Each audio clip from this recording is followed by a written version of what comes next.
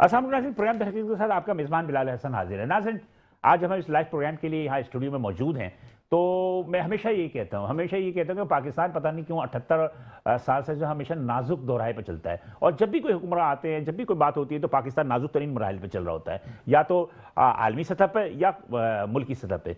बहरहाल, ये हमारी खुशकिस्मती है कि मौजूदा हुकूमत जो 2024 में कायम हुई थी, इस हुकूमत ने इनकी अपनी पॉलिसीज जो है कुछ बेहतर नजर आती हैं साबका हुकूमतों के मुकाबले में, इसलिए कि इसी हुकूमत में पीआईए की निचकारी हुई, जो कि एक निचकारी का अमल जो है वो एक बहुत ही तवील सिलसिला था कि ये होगी निचकारी, स्टील मिल निचकारी होगी, पीआईए के मौजूदा आना।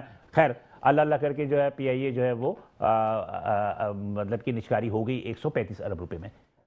अब बात यह है कि क्या हम 135 अरब रुपए में जो हमने निष्कारी कर दी उसको, ठीक है, जो कि 770 अरब रुपए जो है तकरीबन जो ड्यूज हैं हुकूमत के ऊपर, और वो हुकूमत ने पेमेंट करनी है। इसके अलावा जितने भी ड्यूज हैं वो हुकूमत को पेमेंट करनी है, ठीक है। ये एक लॉजिकल बात है। जब एक घर खरीदते हैं तो उसके जो भी ड्यूज होता है वो ओनर ही पे करता है, और बाद में जो खरीदार होता है वो तमाम चीज़ों से मुबर्रा होने के बाद वो सिर्फ नेट पेमेंट करता है, ठीक है। यहाँ तक तो सही है, लेकिन बात यह है कि क्या हमारे यहाँ फॉरेन इन्वेस्टमेंट की जो बात की जाती है, डायरेक्ट फॉरेन इन्वेस्टमेंट की, वो तो डायरेक्ट फॉरेन इन्वेस्टमेंट नहीं आ रही है। हमारी हुकूमत बड़े बड़े दावे करती रही कि अमेरिकन हुकूमत रिकोटेक में आ रही है, $500 मिलियन की वो करेगी, सऊदी अरब जो है वो $10 अरब का करेगा, और ये दीगर ममालिक, लेकिन बहरहाल वो अभी तक काबिल अमल नहीं हुआ।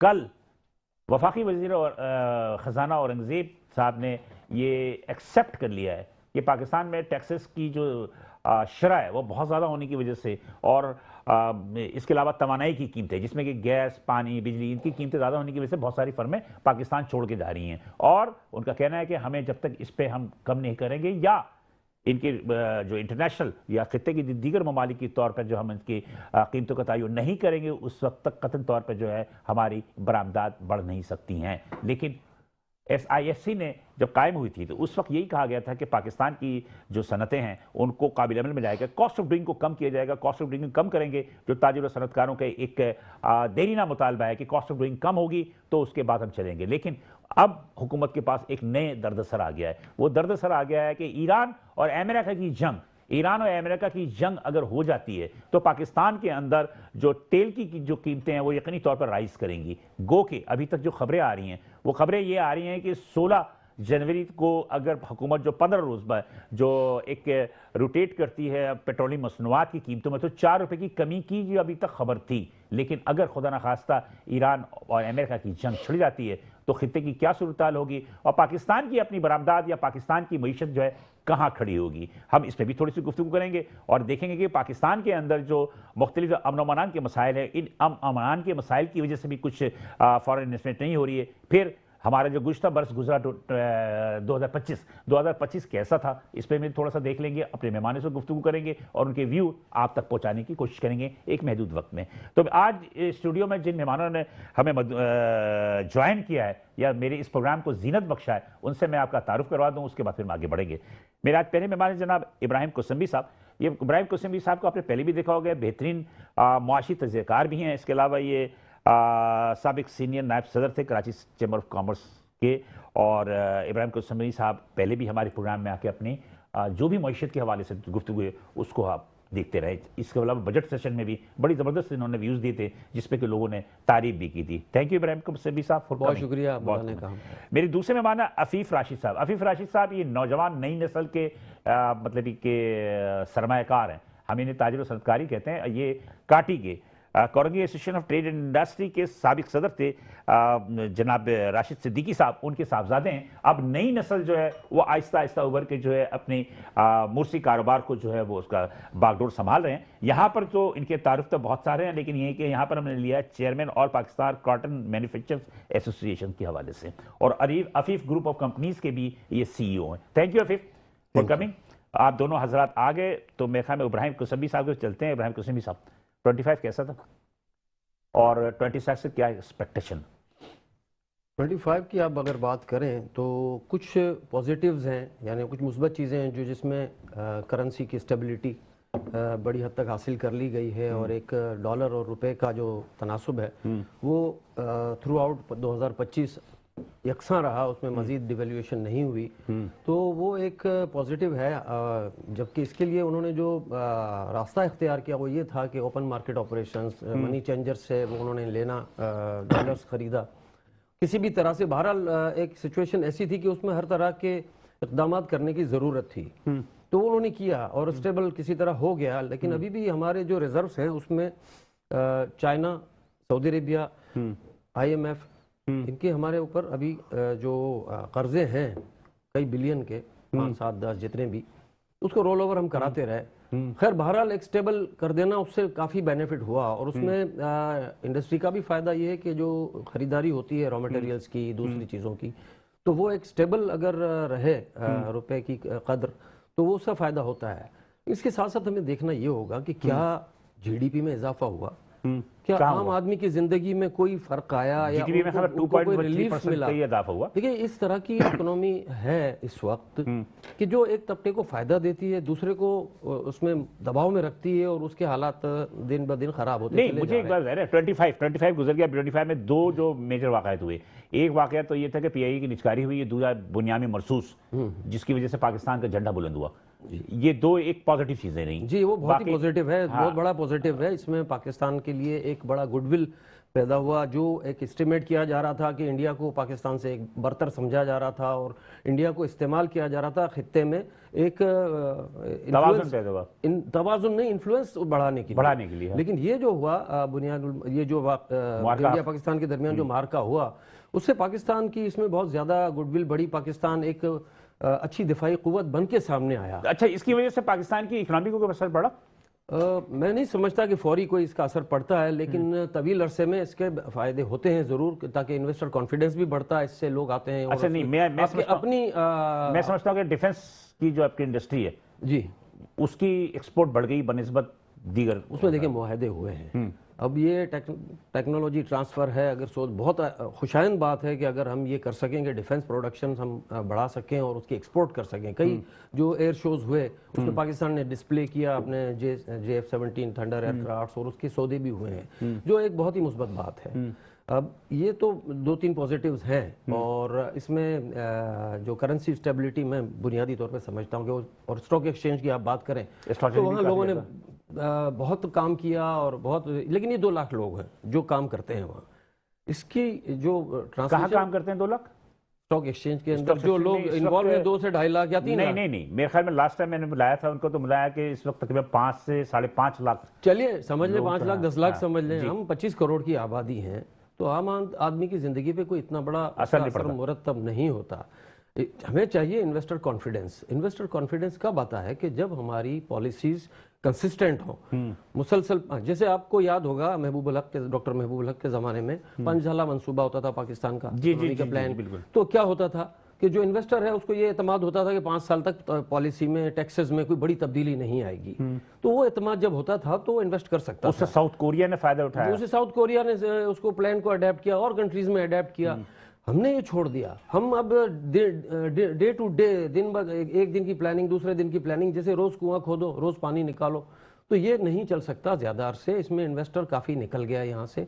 खास तौर पे मैं कराची का जिक्र करूंगा कि कराची में जो लॉ एंड ऑर्डर के इश्यूज, दूसरे इश्यूज, इंफ्रास्ट्रक्चर के बहुत बड़े इश्यूज, तो वो लोगों को जो एक अदम तहफ़्फ़ुज़ का शिकार है।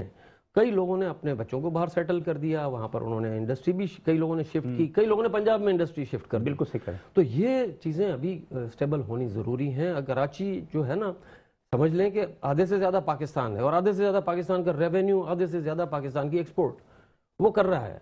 लेकिन कराची में अब आप कहते हैं कि मतलब कि अब ये लोगों का इन्वेस्टमेंट क्या और कहाँ हो रहा है? एक सेकंड लूँगा आपका। या तो स्टॉक एक्सचेंज में कर दो, अभी वो बहुत बढ़ चुका है तो नया इन्वेस्टर के काम नहीं है वहां पर, या प्रॉपर्टी में पार्क कर दो, रियल एस्टेट में पार्क कर दो, कहीं और पार्क कर दो। इंडस्ट्री लगाना है तो आपको वो पॉलिसीज चाहिए कि आपको यकीन हो कि अगले 5 साल। मैंने कहा तो सही ना, औरंगजेब साहब ने तो कह दिया ना वफाकी वज़ीर ने कि कॉस्ट ऑफ डूइंग जब तक कम नहीं होगी जी, हम ये एक्सपेक्ट नहीं कर सकते। और अगर टेक्सटाइल के हवाले से बात करें, अब आपका बड़ा एक्सपोर्ट सबसे यही था, अब कम हो गया। इसलिए कम हो गया कि खित्ते के दूसरे ममालिक जैसे बांग्लादेश, चाइना, इंडिया, उनकी बिजली की लागत, इनपुट की लागत कम है हमसे, तो हमारे लिए कम्पीट करना बहुत मुश्किल है। और इसलिए हमारे सौदे भी कैंसिल हुए हैं। लोग दूसरी जगह पे मूव कर अच्छा, गए हैं। टैरिफ जो 19% अमेरिका ने लगाया उसका भी फर्क पड़ा थोड़ा सा। उसका भी तो फर्क पड़ा है, लेकिन उसका भी काउंटर किया कि इंडिया ने तो सब्सिडाइज किया, इंडिया ने 5 अरब डॉलर इंडस्ट्री को सपोर्ट कर दिया, तो वो एक बुरा वक्त था, उसको गुजारना है। तो हमारे यहाँ वो इस तरह की कोई चीज़ नहीं हुई। हमारी पॉलिसीज में मुतालबा सब्सिडी करता नहीं रहा है जो हुकूमत की सेक्टर, तरफ से। टेक्सटाइल सेक्टर बहुत मुतालबा करता रहा है, अब भी कर रहा है, उनको सपोर्ट की इस वक्त ज़रूरत है। लेकिन इसके साथ साथ हमें डाइवर्सिफाई होने की भी ज़रूरत है कि सिर्फ टेक्सटाइल पर हमारा इन्हिसार नहीं होना चाहिए।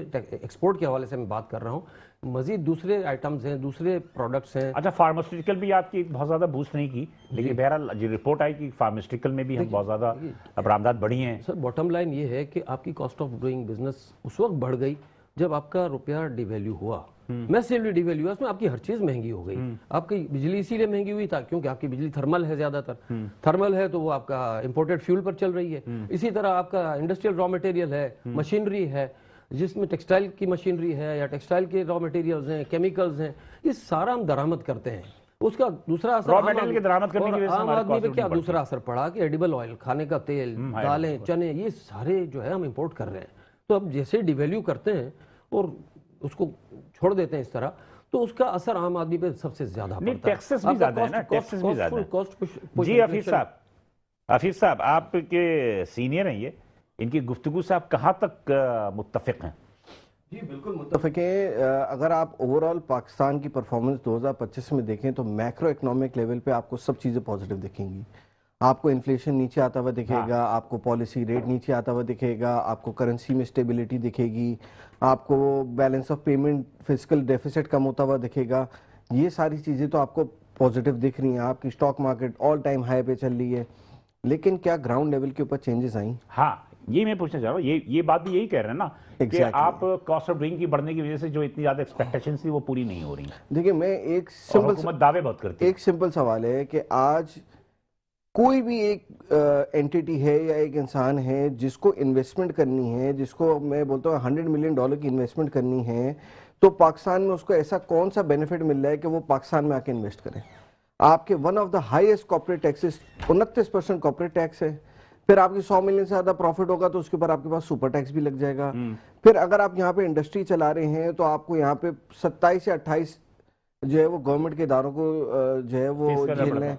तो आप ऐसी इन्वायरमेंट के अंदर कैसे एक्सपेक्ट कर रहे हैं कि यहाँ पे इंडस्ट्रीज में ग्रोथ आएगी? देखिए, पाकिस्तान एक ऐसा मुल्क है जहाँ पे 25 करोड़ की आवाम है, तो हम सर्विस बेस्ड इंडस्ट्री के ऊपर ज्यादा जो है डिपेंडेंसी नहीं रख सकते। हमें ज्यादा से ज्यादा लोगों के लिए एम्प्लॉयमेंट चाहिए। एम्प्लॉयमेंट आएगी इंडस्ट्रियलाइजेशन से। इंडस्ट्रियलाइजेशन तभी आएगी जब गवर्नमेंट बेनिफिट्स देगी इंडस्ट्रीज यहाँ लगाने के लिए। आज SIFC बहुत मेहनत कर रहे हैं, वो फॉरेन डायरेक्ट इन्वेस्टमेंट लाने के लिए बड़ी कोशिश कर रहे हैं, लेकिन जब तक ये सिनेरियो रहेगा, जब तक 29% टैक्स होगा, यहाँ से 1.5 घंटे फ्लाई करके आप दुबई के अंदर चले जाएं, वहां पे आप कंपनी डालें, वहां पे मैन्युफैक्चरिंग करें, वहां पे आपको जो है वो मेरे ख्याल से 10% जो है वो टैक्स है। उसके बाद ना कैपिटल गेन्स टैक्स है, ना आपके पास जो है वो इदारे इतने आते हैं। टैक्स है वहां पे दुबई में। तो अब आप इन चीजों को देखते हुए आप खुद अंदाजा लगाएं कि पाकिस्तान में कोई आके क्यों इन्वेस्ट करेगा। ना यहाँ पे पॉलिटिकल स्टेबिलिटी आपको मिल रही होती है, ना आपको पॉलिसीज की स्टेबिलिटी मिल रही होती है। तो पाकिस्तान का फ्यूचर बेहतर करने के लिए हमें कंसिस्टेंसी की जरूरत है। हमें एक लॉन्ग टर्म और शॉर्ट टर्म पॉलिसी दोनों एक साथ बैठ के बनानी पड़ेंगी कि अगले 10 साल में हमारी पॉलिसीज ये होंगी। आज गवर्नमेंट को बैठना पड़ेगा बिजनेसमैन के लिए कि आप अपनी मैन्युफैक्चरिंग कैसे इंक्रीज कर सकते हैं। आप पाकिस्तान के अंदर मैन्युफैक्चरिंग, इस वक्त पाकिस्तान के अंदर जो लार्ज स्केल मैन्युफैक्चरिंग है वो डिक्लाइन के ऊपर है। इतनी नई फैक्ट्रियां नहीं लग रही जितनी फैक्ट्रियां बंद हो रही हैं, और उसकी वजूहात यही है कि one of the highest utilities, one of the highest interest rate, one of the highest taxes. तो आप आज भी देखें, अगर हमारा पॉलिसी रेट 10.5% पे है, आप उसके बाद 1 या 2% बैंक का स्प्रेड लगाएं, 12-13% पे अगर आपको बैंक से आपको फंडिंग मिलेगी, तो कौन सा बिजनेस है जो आपको इस वक्त 14-15% कमा के दे रहा हो कि यार 1-2% जो है वो प्रिंसिपल के लिए भी बच जाए। तो हमें ये चीजें देखते हुए जब आपका इन्फ्लेशन रेट इतना नीचे आ चुका है तो आपको इसको थोड़ा पुल डाउन करना मेरा पड़ेगा। बात आती है कि इन्फ्लेशन रेट जो सिर्फ कागजों पे नीचे आया, मार्केट में आप जाए तो इन्फ्लेशन रेट कम नहीं है। देखिए इन्फ्लेशन नेगेटिव नहीं हुई, इन्फ्लेशन Negative नहीं, है लेकिन ये वो सिर्फ कागजों की हद तक है कि 3% आ गई है, 2.5% आ गई है। आप मार्केट में जाए तो आपको जो अशर खरोनोश है या चीजों की कीमतें आपको नजर तो नहीं आती कम। देखिए चीजें ये मेरे चीजों ख्याल की में एक प्राइसेस धोखा है, आधा प्राइसेस शुमार तो का कम गोरख धंधा है। प्राइसेस कम होते हुए आपको तब दिखेंगी जब डिफ्लेशन होगा कि हाँ यार एक्स प्राइस से अब नीचे आ गई। इन्फ्लेशन 3% पे आने का मतलब ये है कि यार पहले अगर 100 रुपए की चीज थी तो इस महीने 103 रुपए की मिल रही है, जो बीच में 100 रुपए की चीज हमें 130 रुपए की मिल रही थी वो 130 बढ़ने की मुझे वजह एक इंडस्ट्रीज ने कहा, एक मौशी तैयार, उन्होंने कहा कि भाई गिरानी जो है बढ़ नहीं रही है, गिरानी मौजूद है। पहले ये होता था कि रोजाना रेट बढ़ता था, अब वो रेट की बढ़ने की तादाद कम हो गई है, लेकिन ये गिरानी आपकी कम नहीं हुई है। बिल्कुल ऐसे ये ही है। गवर्नमेंट की एक गोरख धंधा है उसका, तमाम चीजों का। बहरहाल मेरे ख्याल से इस वक्त लाइन पे मौजूद है मियां जाहिद हुसैन, ये मौसी तजज़ियाकार भी हैं और इसके अलावा ये कि मुख्तलिफ एसोसिएशन के भी ये फोरम के सदर भी हैं। मेरे ख्याल के मियां साहब हैं मेरे साथ? जी जी अस्सलाम वालेकुम सर। वालेकुम सलाम। Thank you sir, thank you sir, आपने हमें थोड़ा सा अपना वक्त दिया। और जी आ जाइए। मेरे साथ इब्राहिम कुसम्बी साहब, सीनियर नायब सदर साबिक कराची चैम्बर ऑफ कॉमर्स के, वो मौजूद हैं। और राशिद अपना अफीफ राशिद सिद्दीकी साहब जो साबिक सदर थे काटी के, उनके साहबजादे हैं। ये दोनों मेरे साथ मौजूद हैं। और आप जैसा एक बिजनेस टाइकून मेरे साथ टेलीफोन लाइन पे है। तो मियां जाहिद साहब, 2025 के सत्र 2026 में क्या तवक्कुआत हैं? बिस्मिल्लाहिर्रहमानिर्रहीम। पहले तो दोनों दोस्तों को सलाम। वालेकुम सलाम। और अफीफ तो हमारा बेटों की तरह से है। और जहां तक ताल्लुक है कि 2025 कैसा रहा, तो 2025 जैसे अफीफ को मैं सुन रहा था हाँ, कि उसमें मिक्स सिग्नल रहे। कुछ चीजों में बहुत अच्छा रहा, कुछ चीजें थोड़ी सी खराब भी हुई, लेकिन ओवरऑल जो इकॉनमी हमारी है वो स्टेबलाइज हुई। जीडीपी हमारा जो 2% था वो तकरीबन 3% पे आ गया। महंगाई कम हो गई, जो 22% थी पिछले से पिछले साल वो आ गई कोई 4-5% पे, अभी इस वक्त 5.6 पे है। तो महंगाई कम हुई और मार्कअप जो था वो 22% से आ गया 11 पे, जो अब 10.5% पे आ गया है। बिल्कुल। तो ओवरऑल जो चीजें पहले बहुत ज्यादा खराब थी, तो पिछले साल उनमें काफी बेहतरी हुई। और पाकिस्तान जो है वो एक इंटरनेशनल अरीना में एक बहुत स्ट्रांग पोजीशन के साथ आया। जो हमने इंडिया के साथ जो हमारा कॉन्फ्लिक्ट हुआ, तो उसको जिस तरह से हमने डिफीट किया, तो पाकिस्तान की एक इंटरनेशनली बहुत जबरदस्त पोजीशन बनी।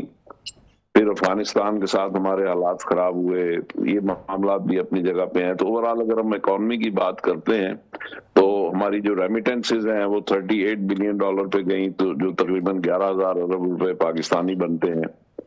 और हमारी एक्सपोर्ट्स में भी थोड़ा बहुत इजाफा हुआ, जो कि अब 5% कम हो गई है। तो ओवरऑल मैं समझता हूँ कि मुल्क ने काफी पहले से ज्यादा बेहतर परफॉर्म किया और बहुत अच्छी पोजीशन में आया। ये मैं कंपेयर कर रहा हूँ उससे पिछले साल से। जी 2023 से तो ये है कि पिछले साल का तजरिया। जी 24-25 जी। नहीं कि बहरहाल सब कुछ सही है, लेकिन बात यह है कि जाहिद साहब के आपके जो ग्रोथ है, वो ग्रोथ में तो इतनी ज़्यादा आपको स्टेबिलिटी नज़र नहीं आती। और फिर वफाकी वज़ीर ख़ज़ाना ने खुद भी इस बात को एक्सेप्ट कर लिया कि बहुत सारी जो फंड में बंद हो रही हैं वो बाहर जा रही हैं बिकॉज कॉस्ट ऑफ डूइंग। तो कॉस्ट ऑफ डूइंग जो है वो किस तरह कम होगा जब तक कि गवर्नमेंट अपनी पॉलिसी दुरुस्त नहीं करेगी? आप लोग तो मिलते रहते हैं, क्या कहते हैं कि 2026 में उम्मीद की जा सकती है कि कॉस्ट ऑफ डूइंग कम होगी? फेडरेशन से हम बजट प्रपोजल भी बना रहे हैं, मैं ही उसको हेड कर रहा हूँ, लीड कर रहा हूँ। तो बात यह है, और रिसर्च को भी मैं यहाँ पे लीड करता हूँ। तो बात यह है कि हम जब बात करें ना बुनियाद की, तो पाकिस्तान की जो बुनियाद थी वो काफी बेहतर हुई है, काफी उसमें चेंजेस आई हैं। और अब जो बात है इस वक्त जो है, हम ग्रोथ से स्टेबिलिटी से हमने जाना है ग्रोथ पे। पिछला साल जो था वो हमारा स्टेबलाइजेशन का दौर था, और इस साल जो है अभी हमने जाना है ग्रोथ पे। तो जो वजीर खजाना कह रहे हैं वो हमारी ही बातें जो हम कहते हैं उनसे उन्हीं के दोहरा रहे हैं कि हमारी कॉस्ट ऑफ डूइंग बिजनेस बहुत ज्यादा है, इसलिए कि हमारी इस वक्त कोई 12-13 सेंट के करीब बिजली की कीमत चल रही है, जबकि ये होनी चाहिए 8-9 सेंट पे। और हमारा मार्कअप जो है वो चल रहा है 10.5% पे, जबकि जो होना चाहिए 4-5% पे। तो ये दो चीजें जो है ये अगर हमारी कम हो जाती हैं तो इसका मतलब ये होगा कि हमारी कॉस्ट ऑफ डूइंग बिजनेस जो है वो कॉम्पिटिटिव हो जाएगी। तो फिर हमारी जो एक्सपोर्ट में ये अभी 5-7% की डिप आई है ये खत्म हो जाएगी और बल्कि हमारी 10-15% की ग्रोथ आ जाएगी।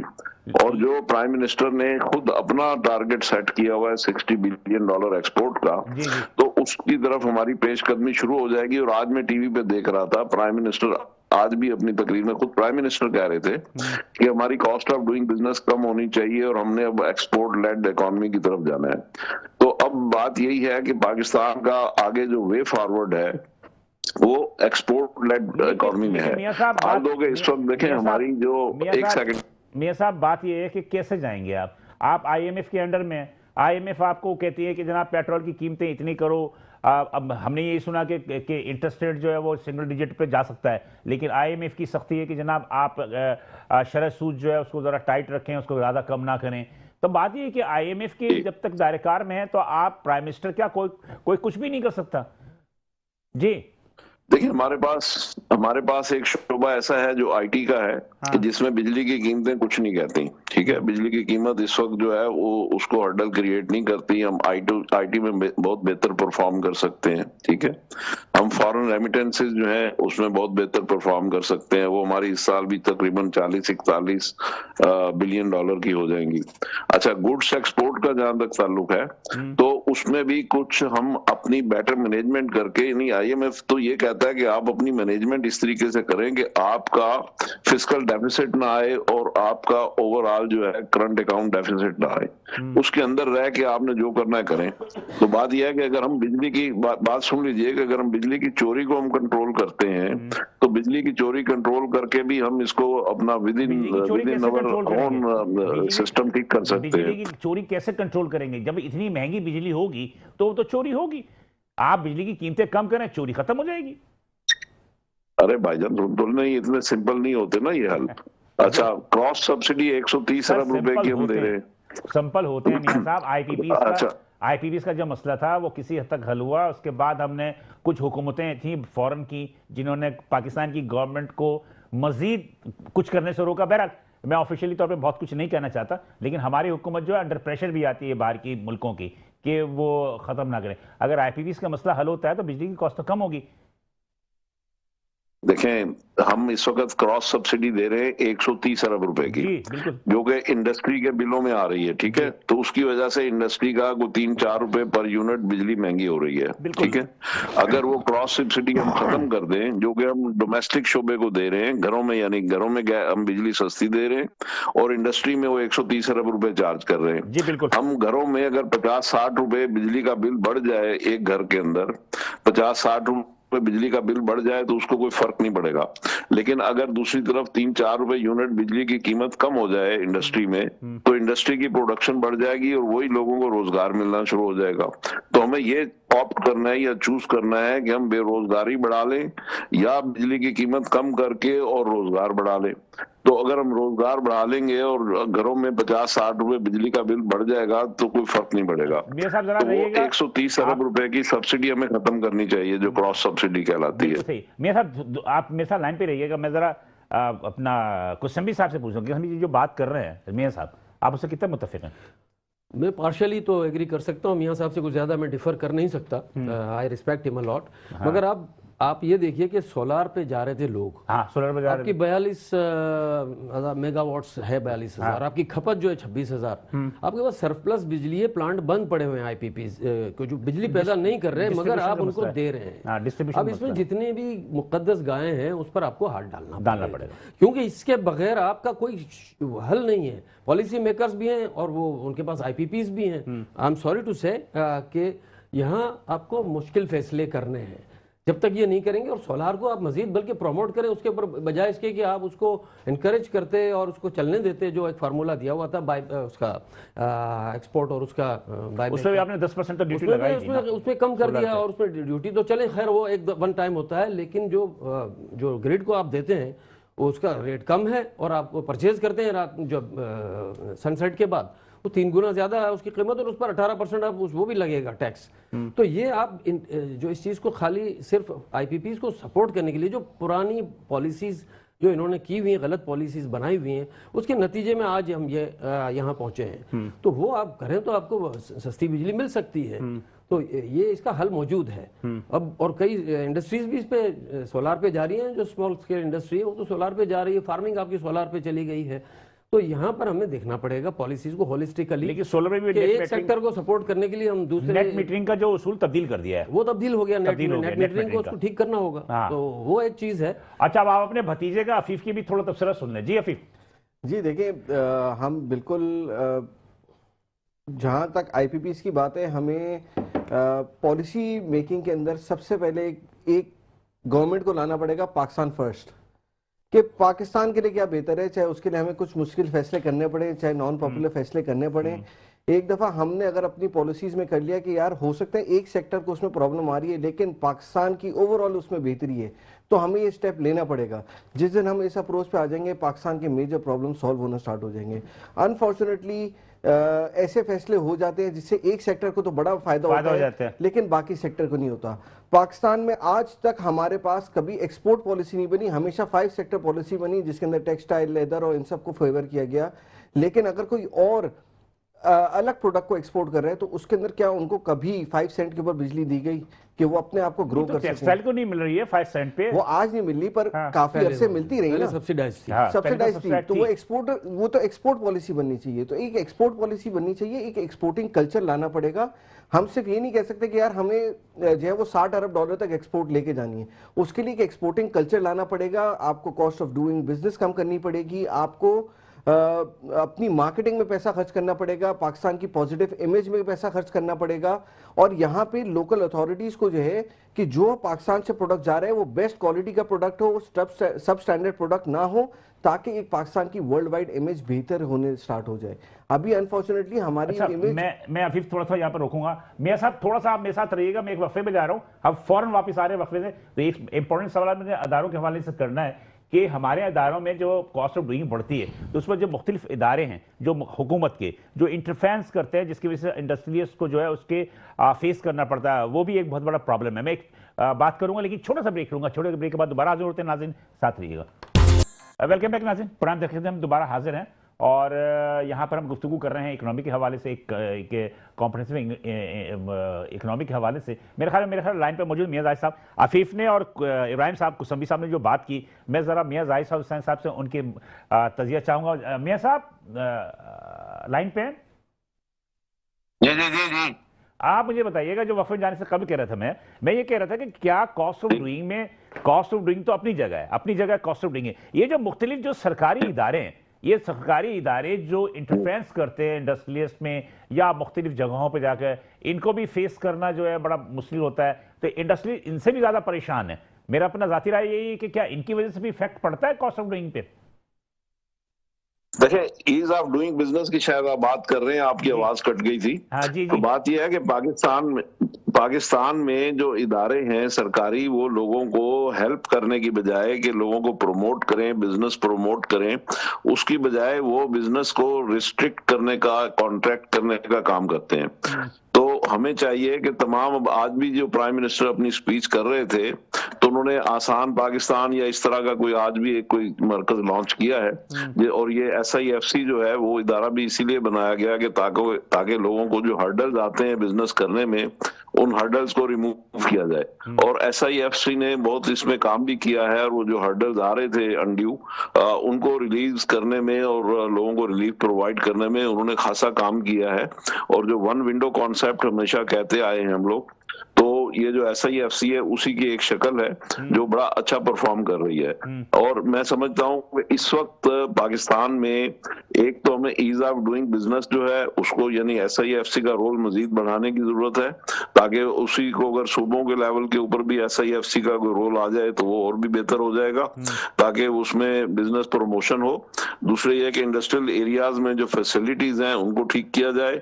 तीसरा ये कि जो बिजली के ब्रेक डाउन हैं, यानी कीमत की तो बात हमने कर ही ली, लेकिन बिजली के जो ब्रेक डाउन हैं और जो सस्टेनेबिलिटी है उसको भी ठीक करने की जरूरत है। तो ये तो है फाइन ट्यूनिंग के इश्यूज, ये यानी ईज ऑफ डूइंग बिजनेस में, तो ये चीजें हमें ठीक करने की जरूरत है। तो उससे ये होगा कि बिजनेस फर्दर भी प्रमोट हो सकेगा। नहीं, इसके अलावा भी ये कि एक सबसे अहम इशू है BR का है एबीआर की वजह से भी अमूमन ताजिर और सनअतकार जब बहुत ज़्यादा हरासा होते हैं, फिर अभी भी हमने देखा कि इंपोर्ट एक्सपोर्ट के कुछ ताजिर थे, उनको उन्होंने सेलेक्ट किया है कि उन्होंने सेलेक्ट किया कि जनाब इन्होंने कम जो है रिटर्न क्यों भरा है। तो आप ये नहीं समझते कि एबीआर की भी एक बहुत बड़ा किरदार है जिसकी वजह से इंडस्ट्रियलिस्ट जो हैं वो खौफजदा रहते हैं और या तो मुल्क से चले जाते हैं या फिर वो एक अंडर प्रेशर के काम कर रहे होते हैं? या उसमें बात यह है कि देखें एफबीआर का जो टारगेट है वो 14,000 अरब रुपए का है, जो कि 50 अरब डॉलर बनता है, ठीक है। और जो हमारी इकोनॉमी का साइज है पाकिस्तान की वो है कोई 405 अरब डॉलर। अब बात यह है कि प्राइम मिनिस्टर तो दिन रात कोशिश कर रहे हैं कि वो 405 अरब डॉलर को बढ़ा के हम 50, 60, 70 यानी 400 के 500, 600, 700 अरब डॉलर पे ले जाएं, ठीक। मियां साहब यहाँ रुकिएगा, आपकी बात से मैं दुरुस्त है, आपकी बात बिल्कुल दुरुस्त है कि जनाब 400-500 अरब है। बात ये होती है कि एफबीआर में करप्शन की वजह से जो है हम अपने टारगेट को जो है पूरा नहीं कर पाते।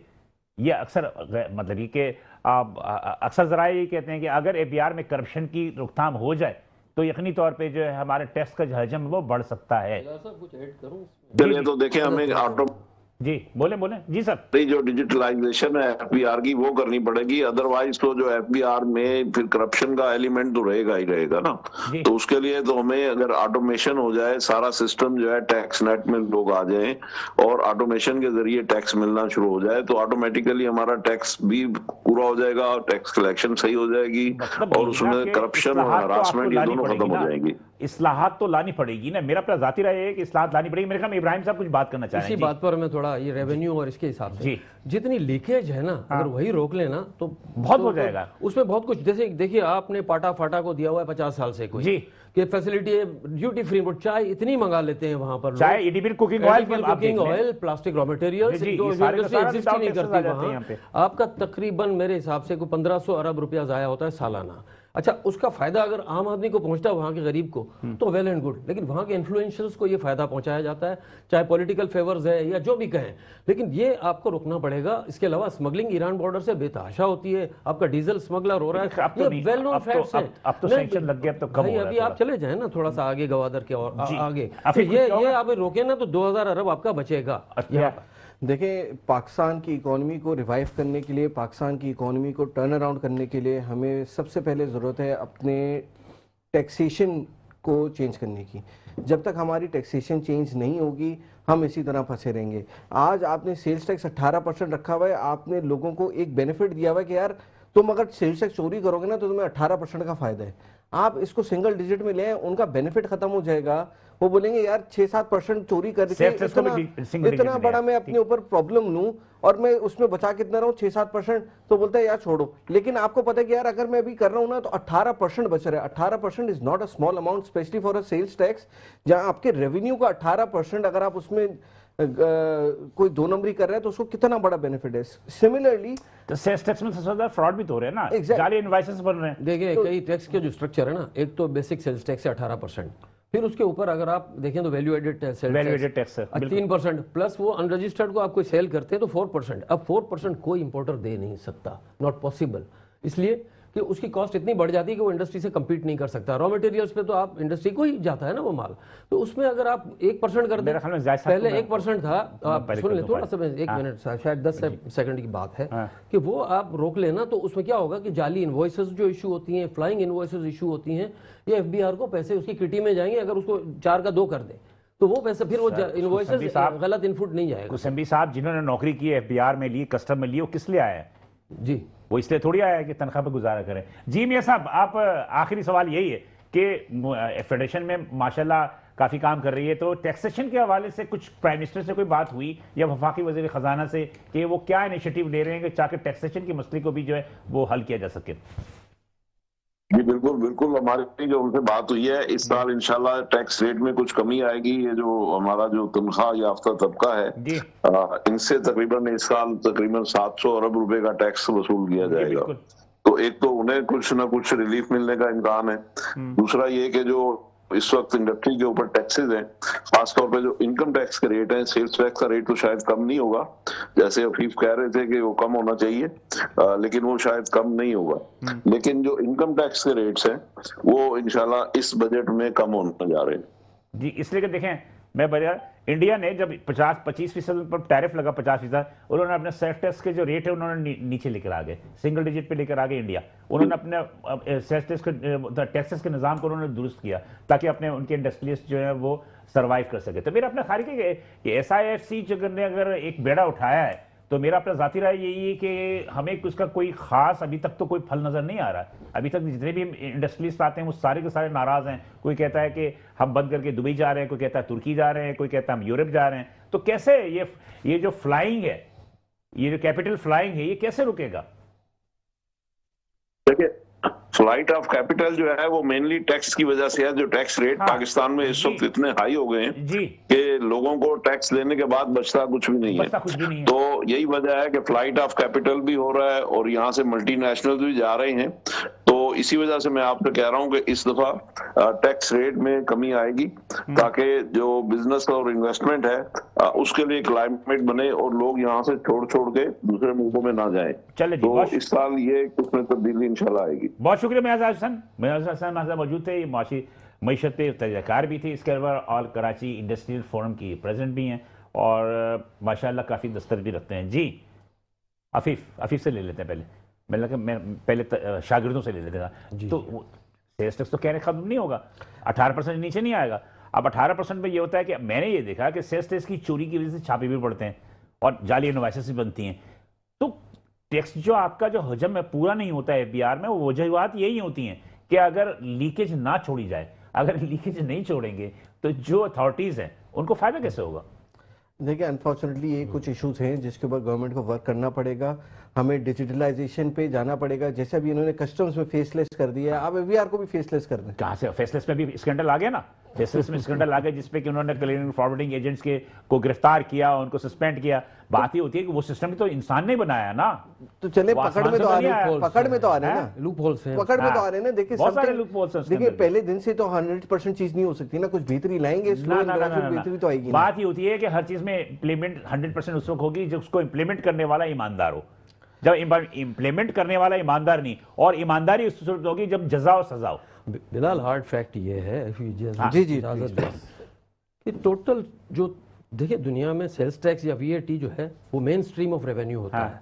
अब इनकम टैक्स बात की बात होती है, तो इनकम होने के बैलेंस शीट बनने के बाद आप, लेकिन जो एट सोर्स जो सबसे बड़ा टैक्स होता है हमारा 10 लाख के आसपास जो है रजिस्टर्ड है। और बिजली के और गैस कनेक्शन जो है कमर्शियल और इंडस्ट्री के मिला के 70 से 80 लाख कनेक्शन है। जी बिल्कुल। और आपके पास रजिस्टर्ड सिर्फ जो आप इसकी बुनियाद वसी करें, टैक्स के रेट जैसे इन्होंने कहा चलें आधा ना करें, 1-2% करके हर साल आप कम करते जाएं ताकि एक स्टेबल इकोनॉमी सामने आए और सारे लोग चिप इन करें, वो कंट्रीब्यूट करें।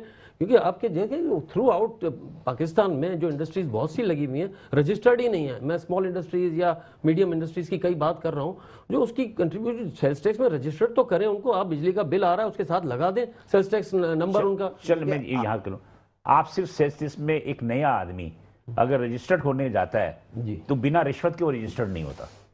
चले वो तो नया आदमी है ना, जो एग्जिस्ट कर रहा है इंडस्ट्री चला रहा है उसको तो पकड़े पहले। जो आपके हाथ में जिसको कहते हैं हैंगिंग फ्रूट, जो फल लटक रहा है उसको तो तोड़े पहले, जो नए के पीछे आप भाग रहे हैं। जी आफिफ जी देखिए, मेरा ये मानना है कि हमें इस वक्त जो है ना आपको अपने जो टैक्सेशन है उसको कलेक्ट करने का तरीका चेंज करना पड़ेगा। सबसे पहले तो ये फाइलर नॉन फाइलर का चक्कर खत्म कर दें। एक आरती है जो ट्रेडिंग कर रहा है एग्रीकल्चर प्रोडक्ट्स की, वो 1 रुपए टैक्स नहीं दे रहा, और जिसकी 60-70 हजार रुपए तनख्वाह है वो टैक्स दे रहा। तो ये कहाँ की इंसाफी है? सबसे पहले आप इनकम टैक्स के ऊपर कर दें कि यार जिसकी भी अकाउंट में साल में 20 लाख रुपए से ज्यादा गिर रहे हैं वो अपना दे दे कि भाई मेरे खर्चे निकालने के बाद इतना बचा है उसके ऊपर टैक्स दे दीजिए, जो दुनिया में हर जगह होता है। लेकिन अनफॉर्चुनेटली हमने इसको इतना बड़ा एक लूप होल छोड़ दिया है कि लोगों ने पूरी जिंदगी गुजर जाती है, उन्होंने कभी टैक्स फाइल नहीं किया होता, उनको पता ही नहीं होता टैक्स फाइल करना क्या है। लोगों के अकाउंट में अरबों रुपए पड़े हुए लेकिन वो टैक्स नहीं दे रहे होते, और जहां 70,000 रुपए कमाने वाला बंदा है वो टैक्स दे रहा है। तो ये कहाँ की जस्टिफिकेशन? उसकी वजह है, उसकी वजह ये है कि जो तनख्वाहदार तबका होता है जिसको सैलरी मिलती है ना, तो जो ओनर होता है ना वो पहले ही टैक्स काट के फिर उसको सैलरी देता है। ये तो इसकी वजह से 99.9% जो है वो टैक्सेस जो है वो जमा हो जाते हैं। लेकिन बात ये होती है कि अमेरिका जैसे मुल्क में भी लोग टैक्स नहीं देना चाहते, लेकिन उनका निज़ाम ऐसा है जजा और सजा, जिसकी खौफ की वजह से लोग टैक्स देते हैं। अकाउंटेबिलिटी नहीं होगी तो कुछ भी डॉक्यूमेंटेड नहीं है। हो जिस सकता। इकोनॉमी की आप बात करें, चाहे यूरोप हो अमेरिका हो, डॉक्यूमेंटेड है। आप छोटी सी जगह पे एक सिगरेट की डब्बी या कोई च्युइंगम खरीदेंगे, उसमें भी आपको जो पर्ची मिलेगी उसमें भी थोड़ा लगा सा होता है, हाँ जी। 2 सेंट 4 सेंट का टैक्स होगा। एक डॉक्यूमेंटेशन की बात है। और मैंने अभी जो जिक्र किया आपको कि इतने टैक्स पे और इतना जो बिजली और गैस के कनेक्शन है या डॉक्यूमेंटेशन करें आप उसकी। इसका एक छोटा सा हल, आज आपकी इकोनॉमी के अंदर कितना कैश, लिक्विड कैश रोटेट कर रहे हैं, आप लिक्विड कैश के ऊपर रिस्ट्रिक्शन लगाएं। आज आप बैंक में जाएं, आप अपना 10 करोड़ का चेक देंगे ना तो बैंक आपको 10 करोड़ कैश दे देगा। आप अमेरिका की बात करें, आप अमेरिका जाएं, आपका अकाउंट होगा, उसमें $1 मिलियन पड़ा होगा, आप $5,000 कैश कराने जाए, वो पहले पूछेगा $5,000 कैश चाहिए क्यों है, वो नहीं देगा आपको। अच्छा जी, वो इसलिए नहीं देगा, वो बोलेगा तुम्हें जो पेमेंट करनी है, जो चीज करनी है थ्रू बैंकिंग चैनल करो, ताकि उसकी ट्रेसेबिलिटी हो, ट्रैकिंग हो। आपने कैश लिया, कैश की तो कोई ट्रैकिंग नहीं। अब हमारे पास अनफॉर्चुनेटली इशू ये है कि हमारी ट्रांजैक्शन, इतना कैश हमारी इकोनॉमी में मौजूद है, ट्रिलियंस ऑफ रुपीस के अंदर। बात ये है ना कि हमारी इकोनॉमी, हिंदुस्तान की इकोनॉमी, बांग्लादेश, नेपाल, इनकी एक पैरेलल इकोनॉमी है, एक white money and black money. तो उसको खत्म करना होगा ना। तो ब्लैक मनी की वजह से तो हमारी मईशत जो है वो चल रही है। तो आप उसको डॉक्यूमेंटेड में ले आए। नेमत है हमारे लिए तो नेमत है कि वरना दुनिया में, पूरी दुनिया में आज से पहले दुनिया में जब एक इकोनॉमिक क्राइसिस आया था तो पाकिस्तान, हिंदुस्तान में क्राइसिस अभी नहीं आया। आप फरमा रहे थे कि वो आइसक्रीम लोगों को ज्यादा खानी होती है, लोग रेस्टोरेंट को बहुत ज्यादा जा रहे हैं, तो वो सब क्या है? ये ब्लैक मनी, एक ब्लैक इकोनॉमी है। हाँ, ब्लैक मनी black में नहीं economy। कहूंगा इसको। देखिए तो कैसे hard होगा and document? tax, Black economy आप इसको डॉक्यूमेंटेड करें। आप कैसे कैश, होगा? आप कैश की रोटेशन कम करें।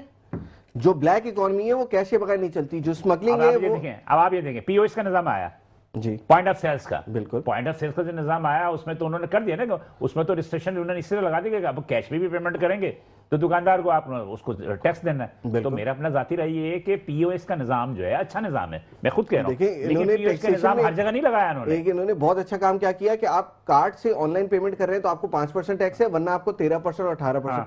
यही स्टेप्स है। देखिए 13% और 5% में 8% का फर्क आ गया, तो आप 8% अपने पैसा बचा सकते हैं सिर्फ ऑनलाइन पेमेंट करके। वो जब आप 8% करेंगे तो वो 5% पैसा डायरेक्ट ट्रेसेबल होगा to the government. Government trace कर सकती है कि हाँ इसके पास ये सेल्स हुई थी। कैश में सेल्स आ गई तो वो कैसे ट्रेस करेगा कि यार इसको पेमेंट। मजे की बात यह है कि हमने कुछ जगहों पर गए, वहां पर देखा जनाब अली कि पीओएस निजाम लगा हुआ है और अक्सर देखते हैं कि वहाँ सील भी होते हैं। हमारे अपने कारोबारी मौजत के साथ, मतलब ये कि मैं किसी की बात नहीं कर रहा, अच्छे बुरे हर जगह होते हैं, कुछ हमारे लोग भी बेईमान हैं कि वो टैक्स जमा नहीं करते गवर्नमेंट को, कंज्यूमर से ले लेते हैं लेकिन वो जमा नहीं करते हुकूमत की। सर वो सिर्फ रिटेल के अंदर होता है, मैन्युफैक्चरिंग में या जो इंडस्ट्री चला रहे हैं ना उसके लिए पॉसिबल नहीं होता कि अगर मैं बात कर रहा हूँ ऑल ओवर की बात कर रहा हूँ।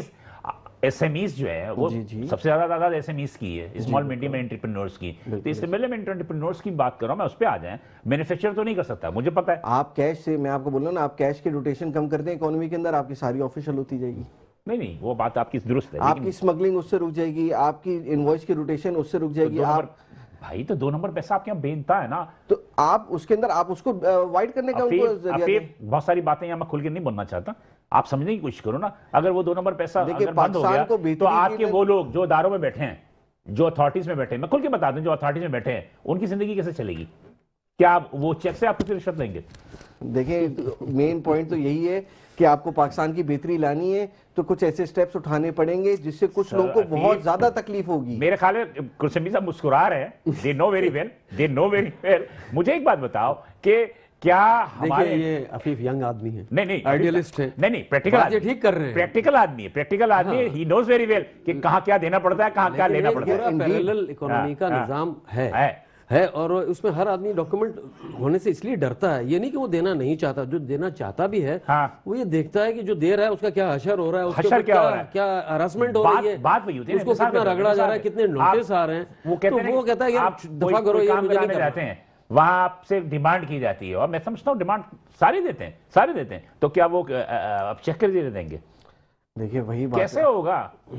तो जैसे ही आपने इसको कैशलेस इकोनॉमी कर दिया तो कैसे देंगे? अफीफ मैंने पहले भी एक बात कही कि जो अथॉरिटीज है ना वो अथॉरिटीज ईमानदार होनी चाहिए। पहले आपको इन अदारों से करप्शन को खत्म करना पड़ेगा। जब तक कि करप्शन खत्म नहीं होगी आप इंप्लीमेंट नहीं कर सकते। आप क्या कहते हैं, देखिए मैं आपको डिजिटलाइजेशन नहीं हो सकती। एक चीज, एक टर्म होती है, एक इस्तेलाह होती है फेयर टैक्सेशन। हाँ, फेयर टैक्सेशन पूरी इकोनॉमी को देखकर, लोगों के लेवल को देखकर, उनकी तनख्वाह को देखकर, उनकी अर्निंग कैपेसिटी को देखकर एक फेयर टैक्सेशन किया जाता है, जिसमें ऐसा नहीं होता है कि एक बंदा तो क्रश हो गया, दूसरा नहीं, मुझे ढोला फिर रहा है। POS के तो निज़ाम flat देख लो। taxation होगा ना, POS और के निज़ाम harassment देख लो। नहीं होगी तो लोग आएंगे नेट में। अब पीओएस के निज़ाम देख लें। पीओएस के निज़ाम से मैं तारिक रोड गया, तारिक रोड गया तो पता लगा आपकी एक दुकान में पीओएस लगा हुआ है, बराबर वाली दुकान में पीओएस नहीं है। आइटम वो भी वही बेच रहा है, उसकी दुकान बड़ी है, आइटम वो भी बेच रहा है। अब उसकी आइटम तो 18% महंगा हो गया, उसका आइटम 18% सस्ता है। आप मुझे बताओ कि कौन सा निज़ाम है?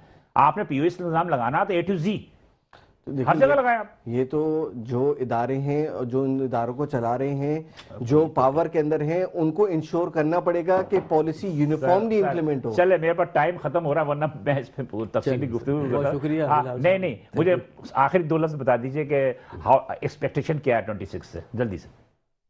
चला, ये तो चलता ही रहेगा। दो चीजें साथ साथ चलती हैं। अब बॉटम लाइन बात कर रहा हूं मैं बिल्कुल ही, ये ब्लैक इकोनॉमी तो चलती रहेगी, छोड़ मत दें, छोड़िए। बात को छोड़ दें सारी। बॉटम लाइन ये है कि इकोनॉमिक ठीक है, स्टेबिलिटी जल्दी। पॉलिटिकल स्टेबिलिटी के साथ ठीक जुड़ी हुई। अगर पॉलिटिकल स्टेबिलिटी रही तो तो इकोनॉमिक स्टेबिलिटी आ जाएगी। हाँ। और लोगों को अगर वो उम्मीद देंगे आप कि ठीक है आप ग्रो कर सकते हैं, उनको वो फैसिलिटीज मिले, तो ठीक, वो जी, इंशाल्लाह जल्दी से बेहतरी दो- आ सकती है। जी, देखिए, दो- मुझे जो एक सबसे पॉजिटिव चीज लगी कि हमारे फाइनेंस मिनिस्टर को ये रियलाइज हो गया कि टैक्सेशन में हाँ, हमें और चेंजेस cost of लानी doing में बढ़ है। गए। इससे बड़ी कोई बेहतरी की ठीक चीज नहीं। ठीक ठीक, थैंक यू दोनों हज़ार का बहुत शुक्रिया। मेरे ख्याल में कि एक जितनी गुफ्तगू टाइम में हो सकती थी हमने खुद हजम करने की कोशिश की, और इंशाल्लाह कल इसी वक्त आपसे दोबारा मुलाकात होगी। उस वक्त की अल्लाह हाफ़िज़।